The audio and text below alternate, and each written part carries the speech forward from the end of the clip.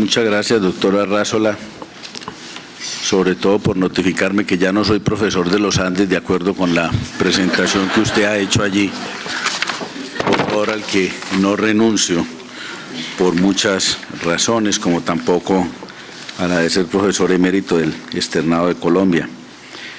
Bien, el tema que voy a tratar de tocar algunos aspectos puntuales de los medios de prueba para dar una visión más general de lo que ha sido la magnífica exposición del doctor Ulises Canosa.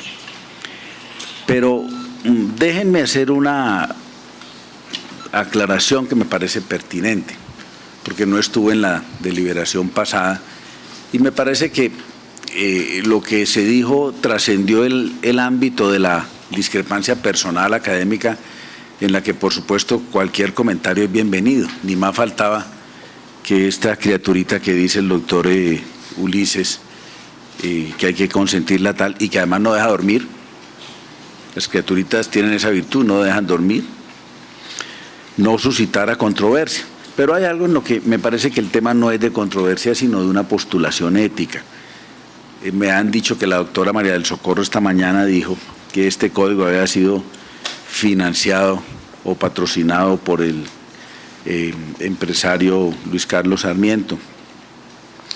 Y yo creo que esa no es un cargo académico, ese no es una discrepancia conceptual, esa es una acusación injusta, descomedida, que yo como vicepresidente del Instituto Colombiano de Derecho Procesal y además como miembro de esa comisión, pues tengo que refutarlo y hacerlo pues delante de las personas que han recibido esa aseveración, porque el planteamiento es, lo primero, que el señor Luis Carlos Sarmiento no pueda financiar unas obras académicas. Yo no sabía que eso estaba prohibido. Lo segundo, que en realidad de verdad este código refleje la ideología del señor Luis Carlos Sarmiento, lo que tampoco es cierto. Y lo tercero, que los miembros de la comisión hayamos sido pues unos amanuenses del señor Sarmiento. De mí sé decir que yo le llevo, yo soy incondicional de todo el mundo, inclusive de mí mismo. Pero es bueno que ustedes conozcan esta historia. Este código, en primer lugar, hace muchos años, hace como 10, 12 años, lo empezamos a elaborar en el Instituto Colombiano de Derecho Procesal, y en algún momento la Fundación Luis Carlos Sarmiento se ofreció a financiar las labores de secretaría que ejercía el doctor Miguel Rojas. Esa fue toda la financiación que él hizo, que consistía simplemente en remunerar los servicios de secretaría, de transcribir las conversaciones, etc. Ese trabajo se abandonó y, como lo decía el doctor Ulises, posteriormente se decidió volver a empezar de cero. Y en aquel momento en el que se volvió a empezar de cero a hacer este trabajo, que finalmente terminó siendo este código, nosotros voluntariamente dijimos: no vamos a aceptar colaboración absolutamente de nadie, de ninguna entidad, precisamente para evitar esos comentarios malévolos, malintencionados. Y así fue como ese código surgió con el esfuerzo nuestro. De manera que ante ustedes que han oído esa acusación, sin duda es una acusación, yo tengo que decir que no es cierto lo que dijo la doctora María del Socorro, ya está equivocada, y que obviamente he de decir más también, porque me parece que el señor Luis Carlos Sarmiento, pues aquí también la ventaja es que él no se puede defender aquí, pero lo cierto es que si el señor Luis Carlos Sarmiento patrocinara una actividad académica, y yo pregunto, ¿eso significa que los miembros de una comisión, profesores universitarios, abogados litigantes con experiencia, van a vender el alma a un empresario? Yo francamente, pues no me conocen o no me temen, porque esa no es mi condición humana. Y obviamente esta universidad, por ejemplo, la Universidad de los Andes ha recibido un apoyo importantísimo de Julio Mario Santo Domingo, y nadie osa decir que es que aquí se titulan las personas que el señor Julio Mario Santo Domingo manda que titulen.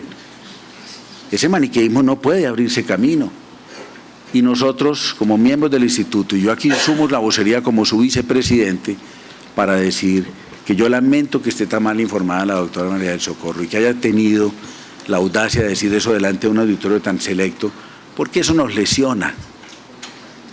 Eso torna dudoso un código que es transparente, que es bien intencionado, que tiene errores, claro que tiene errores, por supuesto, y muchos, ni más faltaba que no. Pero lo único cierto es que nadie puede decir que el alma de estos comisionados que trabajamos en esto está fletada, que es un alma corrompida, y ante esa siquiera sugerencia, así sea menor, yo me sublevo. Y dejo la constancia, que me parece que es importante dejarla para que ustedes se lleven memoria de lo que realmente ocurrió. Este código lo hicimos allá en el Instituto Colombiano de Derecho Procesal con las cosas que se hacen con los académicos, 7 años discutiendo de lo mismo. Cuando estuvo listo, por fortuna nombraron a un miembro del Instituto, viceministro de Justicia, y entonces él le llevó el código al ministro Vargas Lleras para que se convirtiera en este código.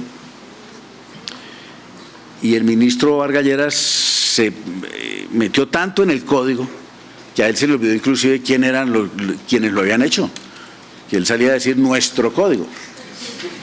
Bueno, integró una comisión que fue la que acompañó todo el proceso de discusión en el Congreso, y al final hubo una cantidad de cosas que pasaron de las que no nos enteramos. Pero realmente, excusen que me haya dedicado tanto de esta intervención para hacer eso, pero me parece que hay unas postulaciones éticas a las que no se pueden renunciar, y menos cuando uno tiene unas responsabilidades como académico. Yo no puedo dejar de pensar que yo me paro todos los días a dictar clase a las 7 de la mañana en el externado o en los Andes o a dictar conferencias, y puedo mirar de frente los ojos a la gente, que nadie pueda decir que es que nosotros hemos procedido fletados para hacer una elaboración de un texto.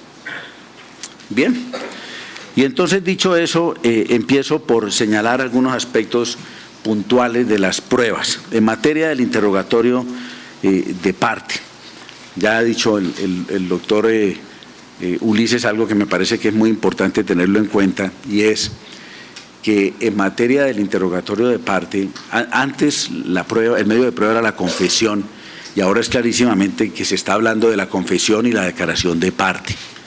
Y en el artículo 191 del Código General del Proceso, en la parte final, se dice que la simple declaración de parte se considerará como una prueba. De suerte que eso significa que la declaración de parte será prueba cuando admite hechos contrarios a quien la hace, en cuyo caso se torna confesión, pero que también será como simple declaración de parte, como lo dice el artículo 191, será materia de prueba. Eso no significa en modo alguno, porque ha estado repitiéndose esa pregunta en muchos foros, que la propia parte pueda pedir su declaración para efectos de aportar esa declaración como parte. En otras palabras, el demandante no podría decir, yo pido mi propia declaración de parte para introducir elementos que quiero decirlo. ¿Por qué? Porque primero la declaración de parte, su finalidad sí es que tenga la confesión. Distinto es que cuando no haya confesión se puede analizar como simple declaración de parte. Pero además porque esa parte tiene otros mecanismos que están previstos en la ley para introducir sus versiones, su derecho de defensa, la demanda, la contestación de la demanda, la aportación de documentos. De manera que hago esa claridad. Ese interrogatorio exhaustivo que dice el doctor Ulises, exhaustivo, pues no es hasta que se cansen las partes, y mucho menos el juez, claro. Lo exhaustivo quiere decir, en mi opinión, no lo extenso, sino lo denso, lo pertinente, ¿no? Porque, por ejemplo, si uno llega a las 4 de la mañana a su casa, no lo van a someter a un interrogatorio exhaustivo para saber qué pasó. ¿No? Que le pregunto, ¿dónde estabas? Estabas con esas dos preguntas queda liquidado el sujeto, ¿no? Vaya que de lo que se trata es de preguntar lo que corresponde. Eso es lo exhaustivo, preguntar lo que es, para ser más exacto. Ahora, Si para preguntar lo que es se requieren de muchas preguntas, pues eso apunta a lo exhaustivo. Pero lo exhaustivo también puede ser, es en preguntar aquello que es lo que materialmente debe saber una parte. Ahora bien, yo por ejemplo no estoy de acuerdo con que se haya restablecido esa posibilidad de los careos, que lo restableció la Ley 1395 y se insiste aquí en el Código General del Proceso. A mí me parece que esa es una experiencia muy de penalista, y lo segundo que me parece es que los careos, el ir a un proceso es una desgracia normalmente para el común de los mortales, y tener que enfrentar careos es agravar todavía más el drama de tener que enfrentar esas circunstancias. Yo creo que, pero bueno, ahí quedó esa circunstancia que puede decretarse. Y me ocupo de un tema muy importante que ya está vigente, que es el del juramento estimatorio, que sin duda es un medio de prueba. Y entonces, aquí en el juramento estimatorio hay unas modificaciones muy importantes y hay, por supuesto, algunas críticas sobre las que yo no me voy a detener para no alterar de ustedes la aproximación inicial a esta norma. Ya hay inclusive 2 demandas formuladas en la Corte Constitucional frente a esta disposición, en las que obviamente habrá oportunidad de presentarse. ¿Cuál es la filosofía del juramento estimatorio? La filosofía del juramento estimatorio es la de que quien pretenda el reconocimiento de una indemnización, compensación o el pago de frutos o mejoras, tiene que estimarlo necesariamente en la demanda que va a formular, debidamente discriminado, y es allí la gran reforma que está introducido aquí. Eso significa entonces que aquel demandante ya no deberá hacer el juramento estimatorio como se hacía antes, diciendo estimo los daños y perjuicios en la suma de 1.000 millones de pesos. No, ahora su obligación es la de discriminar el daño emergente, el lucro cesante y cada uno de los ítems que están haciendo parte de esa circunstancia. ¿Por qué? Primero, porque eso le da claridad al demandante, y segundo, porque le permite de mejor manera el derecho de defensa al demandado. Y además, porque ese demandado cuando objete, y esta es una modificación importante, ese demandado cuando objete tendrá que individualizar cada uno de los rubros respecto de los cuales está expresando los reparos respectivos. En otras palabras, estimar bajo juramento las compensaciones, los frutos, mejoras o la indemnización de perjuicios u objetarlas le implica una carga al que estima como al que objeta, en el sentido de que tiene que ser muy preciso. Y entonces existen normas allá con base en la cual el juez puede inadmitir la demanda para los fines de que se corrija esa situación, y también en el caso de la contestación de la demanda, cuando el demandado contesta y tiene que hacer una estimación y la hace indebida forma, tendrá que dársele un espacio para que se corrija esa situación. Ahora bien, está relevado de hacer el juramento estimatorio aquella persona cuando vaya a pedir perjuicios que se causen con posterioridad a la presentación de la demanda. De manera que de esos está, es decir, los perjuicios futuros está relevado de estimarlos, porque obviamente deben ser materia de prueba dentro del proceso. También está relevado de estimar los perjuicios cuando se trate de los perjuicios inmateriales, es decir, el perjuicio moral o el daño a la vida de relación. En ese evento el demandante o el demandado tendrá que solicitar con apego a los criterios que la jurisprudencia ha señalado para esos efectos. Y en esos eventos, entonces, el demandante o el demandado están relevados de presentar la estimación jurada.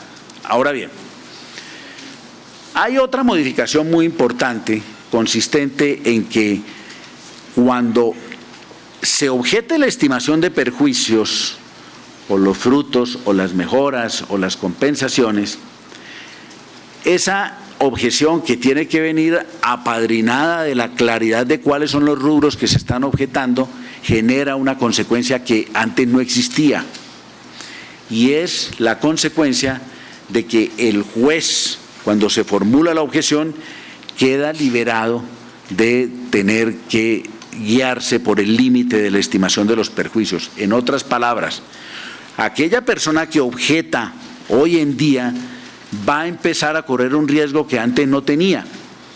Antes la persona objetaba, no tenía que decir por qué objeto, y lo peor que le podía pasar era que si no probaba la objeción, entonces le imponían la condena en costas. Ahora va a tener, además de la condena en costas, puede tener una consecuencia gravísima, y es que cuando se objete, el juez queda liberado de la consonancia para la condena que vaya a imponer, en el sentido de que podrá imponer una condena superior a aquella que se había estimado por el demandante. En otras palabras, quien objeta lo que hace es decirle al juez, mire, vamos a probar los perjuicios en cualquier límite, inclusive superiores a aquellos que se habían estimado por el peticionario. Eso, por supuesto, es una disposición bastante importante. Ahora bien, se restablece la norma que estaba en el Código del 70 en el sentido de que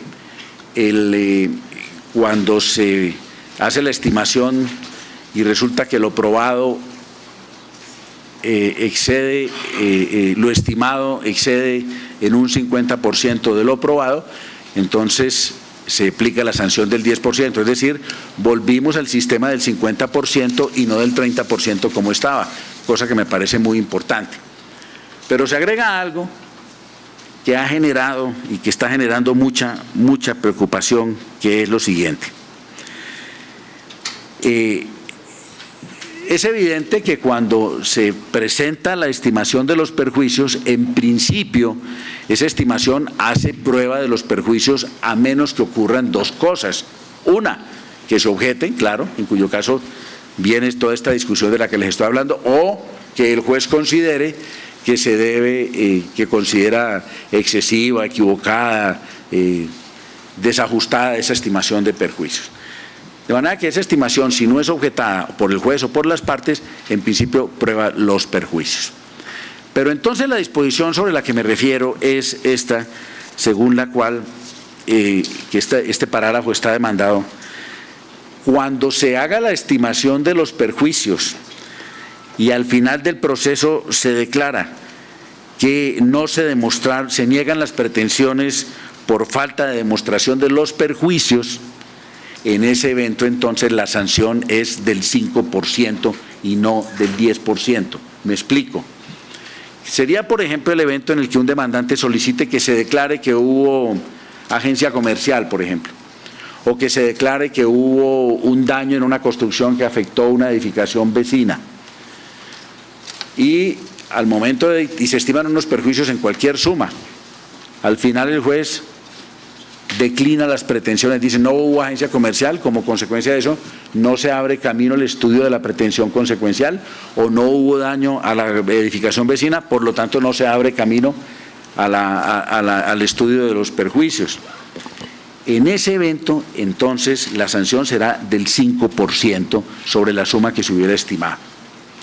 Entonces, algunos han dicho si esta norma se aplica a los procesos que estaban iniciados antes, en los que no existía esta disposición. Y yo tengo que decir que en mi opinión sí, por varias razones. La primera, esta es una norma procesal que se aplica de manera inmediata y está vigente desde el 12 de julio del año 2012. Segundo, algunos han dicho, no, es que esa es una norma sustantiva porque consagra un derecho en el sentido de que nadie puede ser condenado a una cifra que no estaba prevista. Eso no es así. Yo creo que también en el régimen anterior, cuando no prosperaban las pretensiones y había una estimación de perjuicios, yo creo que en ese evento el juez debía condenar al 10% de la diferencia, porque eso era lo que decía la disposición. Si una persona formulaba una demanda de declaración de agencia comercial, no prosperaba la pretensión, en consecuencia la sanción era del 10%, ahora lo que será es del 5%. De manera que allá hay un tema bastante importante, bastante interesante frente a este aspecto. Es la norma que, por supuesto, más controversia ha causado. ¿Y por qué la ha causado? por una razón que es la siguiente. La filosofía del código es trasladarle mucho a las partes las obligaciones en materia probatoria, ya lo exponía el doctor Ulises, que pidan las pruebas, que etcétera, etcétera. Entonces, este mecanismo del juramento estimatorio, que obliga al demandante a hacer la estimación en la demanda, o al demandado en la contestación de la demanda, entonces algunos han interpretado que eso puede ser lesivo del derecho a probar. Claro, quienes combaten esta opinión dicen no, porque es que la persona hace su estimación y si no se la objetan están probados sus perjuicios. Sí, claro, pero corre un riesgo muy alto. Esa es precisamente parte de una demanda de inexequibilidad que se ha propuesto contra esta norma por el doctor Jorge Hernán Gil Echeverry, que está pues caminando, es la primera demanda que se ha formulado frente a este asunto. Bien, en materia de los testimonios, me parece muy importante resaltar nuevamente lo que ha dicho el doctor Ulises acerca de la réplica, la dúplica para los interrogatorios. Pero desde ya hay que decir lo siguiente.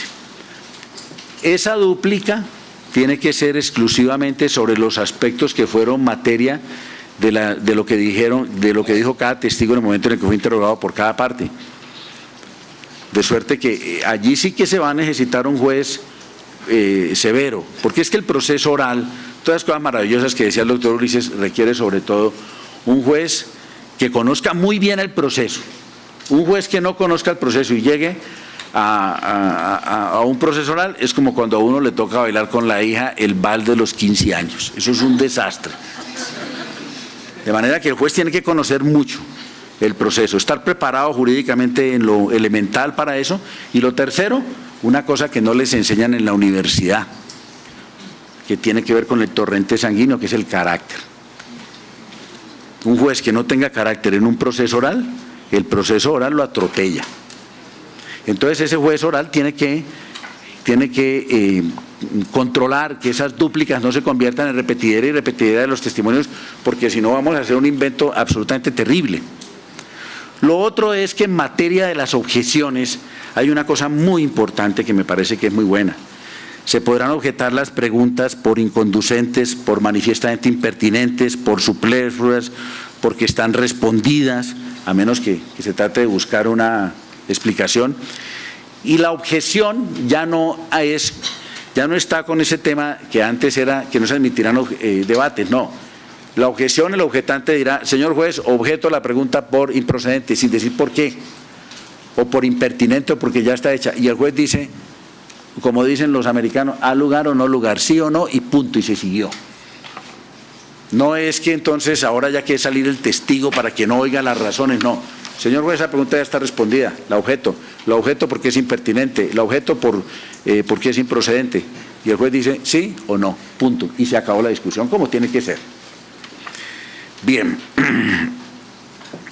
el testigo podrá hacer dibujos, podrá hacer calcados, y esos documentos se van a apreciar como parte integrante del testimonio. También existe esa norma en relación ahora con la posibilidad de los careos para los testigos, que a mí me parece pues fatal, el tema de los testimonios que se pueden recibir inclusive por mecanismos informáticos, lo que seguramente ayudará mucho. En materia de los documentos, ya veo que se me está acabando el tiempo, me ocupo de señalar algo que ya decía el doctor Ulises, que se ha ampliado el concepto de la presunción de que son documentos públicos, se ha ampliado además inclusive a documentos que emanen de particulares cuando ejerzan funciones públicas, pero me parece que una cosa muy importante es que ahora se recaba clarísimamente sobre el valor probatorio de las copias. No queda absolutamente duda alguna de que las copias tendrán el mismo valor de los originales, que la parte está obligada, que cuando tenga un original, a aportar el original, y si no aporta el original, sino la copia, pues deberá decir dónde se encuentra la copia. Y un aspecto importante en este tema es lo que tiene que ver con la prueba respecto de libros de comercio, de libros de contabilidad. Se ha hecho una reglamentación muy precisa, muy importante, inclusive se ha modificado alguna norma del Código de Comercio, el artículo 1006 del Código de Comercio, y se ha establecido allí un seguimiento muy importante de las consecuencias de cuando los libros de contabilidad están mal llevados o que está mal llevado por una de las partes, si el asunto es mercantil o si el asunto no es mercantil. Es una norma muy minuciosa que yo, pues, por supuesto, no alcanzo a explicar, pero le llamo la atención porque yo creo que es muy importante. Es el artículo 264 del Código General del Proceso.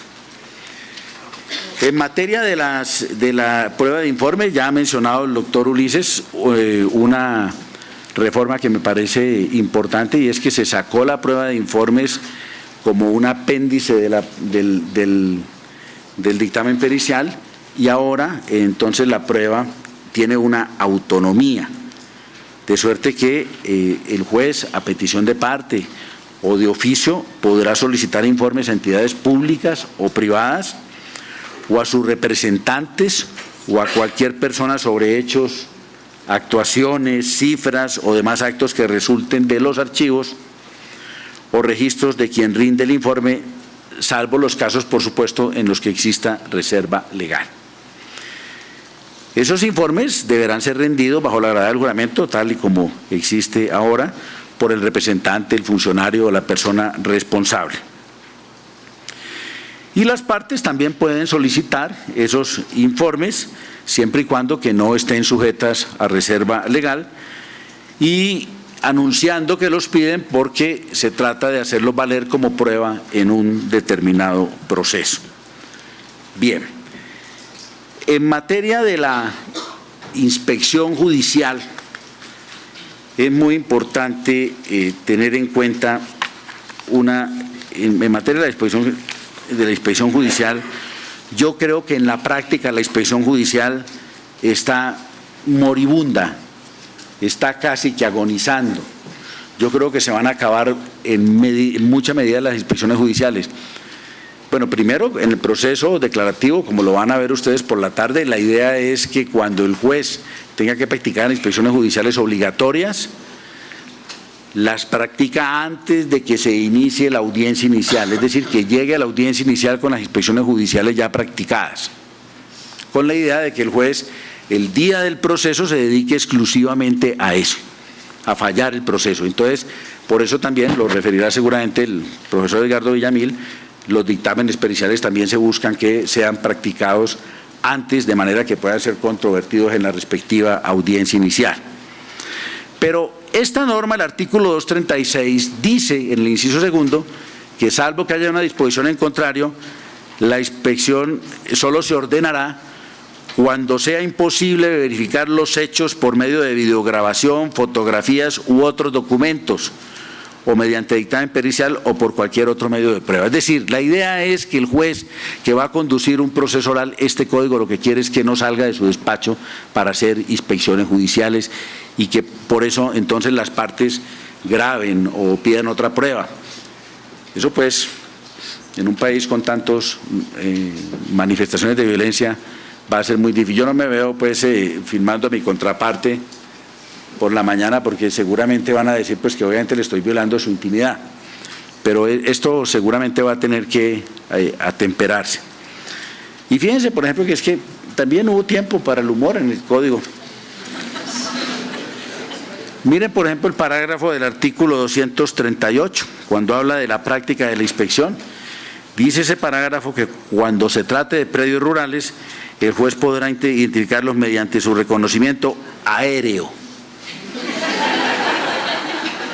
o con el empleo de medios técnicos confiables. Por supuesto, esta es una disposición que está hecha pensando en que el juez, cuando tenga que ir a zonas de violencia, pueda hacer seguramente el